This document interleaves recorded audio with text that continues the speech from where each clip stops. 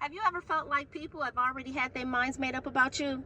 Listen, have you ever felt like people have already had their minds made up about you? Like, before they even get to know you, before an introduction is even made, like they just already had their minds made up about you based on something from your past. A mistake. Whether it was a mistake, whether it was a season, whether it was a label that seems to follow you no matter how much you've grown from it, right? But that label still tries to follow. And even when you try to move forward, it still feels like that label is the first thing that people see. The Bible tells the story of a woman who lived with a label like that. Her name was Rahab. And her story shows us something powerful. Her story shows us that your label is not your final identity. But before we jump into Rahab's story, hey y'all, welcome back to the channel. It's me, it's your girl, it's Sherry Monique, Brown Girl Beauties. How y'all doing on today? Are you having a beautiful day? Brown Girl Beauties, I need y'all to do me a favor. Listen, I need you to do me a favor. I need you to make sure that you like the video. Listen, I need you to engage with me, talk with me in the comments. Listen, like the video, drop a comment in the comment section. Make sure that you are subscribed to the channel. Listen, so if you are enjoying our videos, if you are receiving something from our videos, listen, we want our videos to get in the circulation on YouTube, right? We want our videos to kind of reach more amazing women. So make sure that you like the video. Make sure that you are engaging with me in the comments. Make sure that you are subscribed. Tap into the channel. Listen, so that we could reach more amazing women. All right, let's jump into Rahab's story. Listen, we are talking about Rahab on today. So we meet Rahab in Joshua chapter 2. The Bible introduces her in a very specific way, right? It tells us what she was known for. She was a prostitute. And that's all I knew about Rahab. That's all I would hear. You know, she was a prostitute. Never really did the study on her or whatever, right? But I always heard that Rahab was a prostitute, right? That means before we even heard her story, we've given her a label. We've given her a label. And in her society, that label would have shaped everything. It would have shaped how people saw her. It shaped how she was treated. It shaped what they assumed about her. Before we even see her faith, we see her label. Ain't that crazy? Listen, and if we're honest, let's have a real conversation. Listen, a lot of people know what that feels like.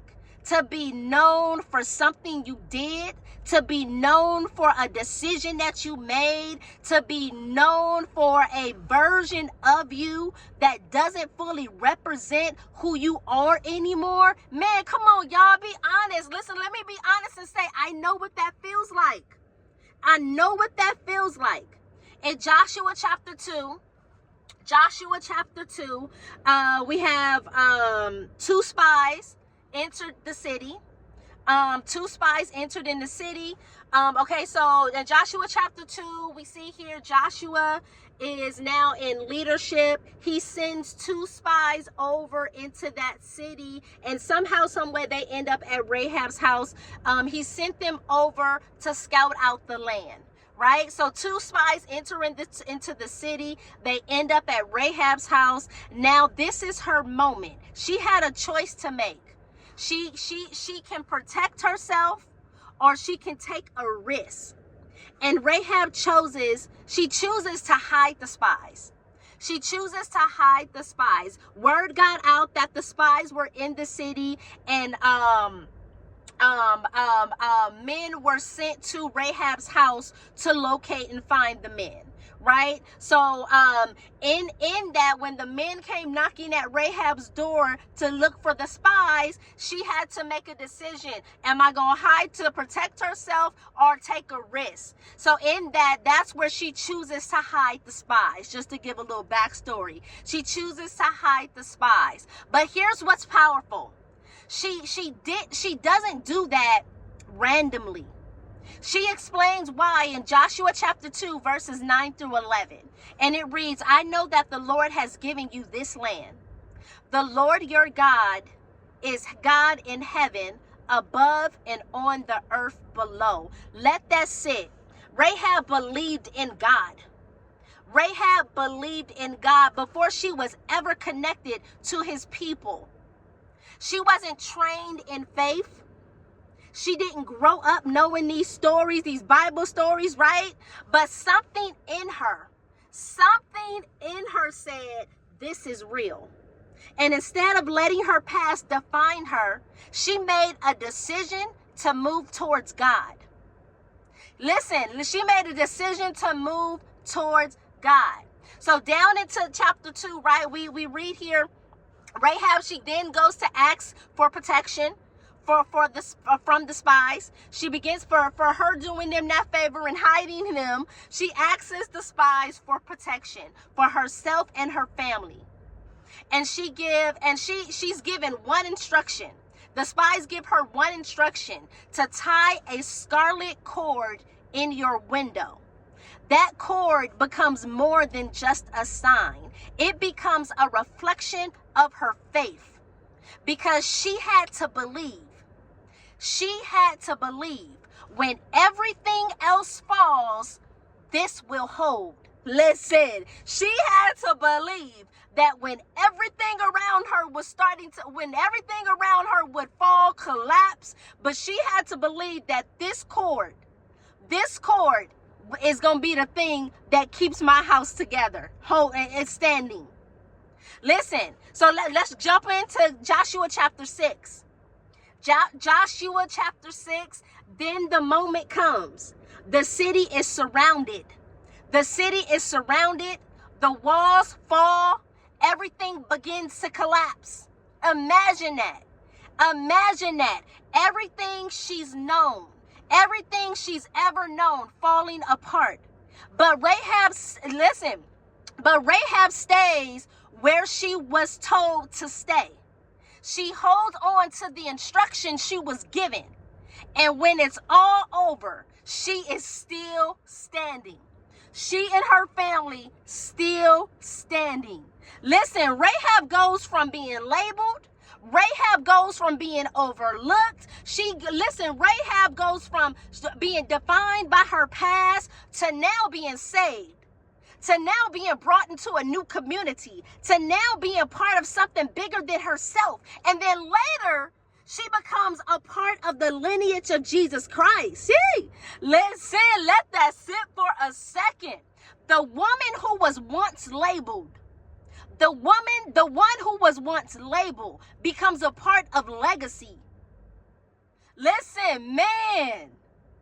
And this is why Rahab's story hits so deeply, because some people are still trying to move forward while carrying labels from their past.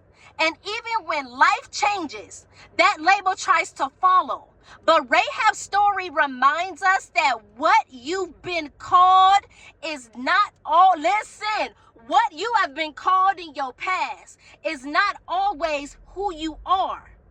Listen, man, get your journals, grab your journals. I need you to write down these three takeaways that you could take away from Rahab's story. Number 1, you are more than what you've been labeled. You are more than what you've been labeled. Rahab was called one thing, but she became something greater. She became something greater. Yeah, she was called a prostitute, but baby, listen, that ain't what we know. Listen, that ain't what the end of her story says. She became something greater. Number 2, faith can start in unexpected places. She didn't have the perfect background, but she still chose to believe. Number 3, one decision can shift your entire life. Rahab made one bold choice, and it changed her story forever. Rahab's story didn't begin with a perfect image. It began with a label. But somewhere along the way, she made a decision to believe, a decision to act, a decision to move in a different direction. And that direction, it changed everything. So here's the thing. Maybe the question isn't what have I been labeled as? Maybe that's not the question.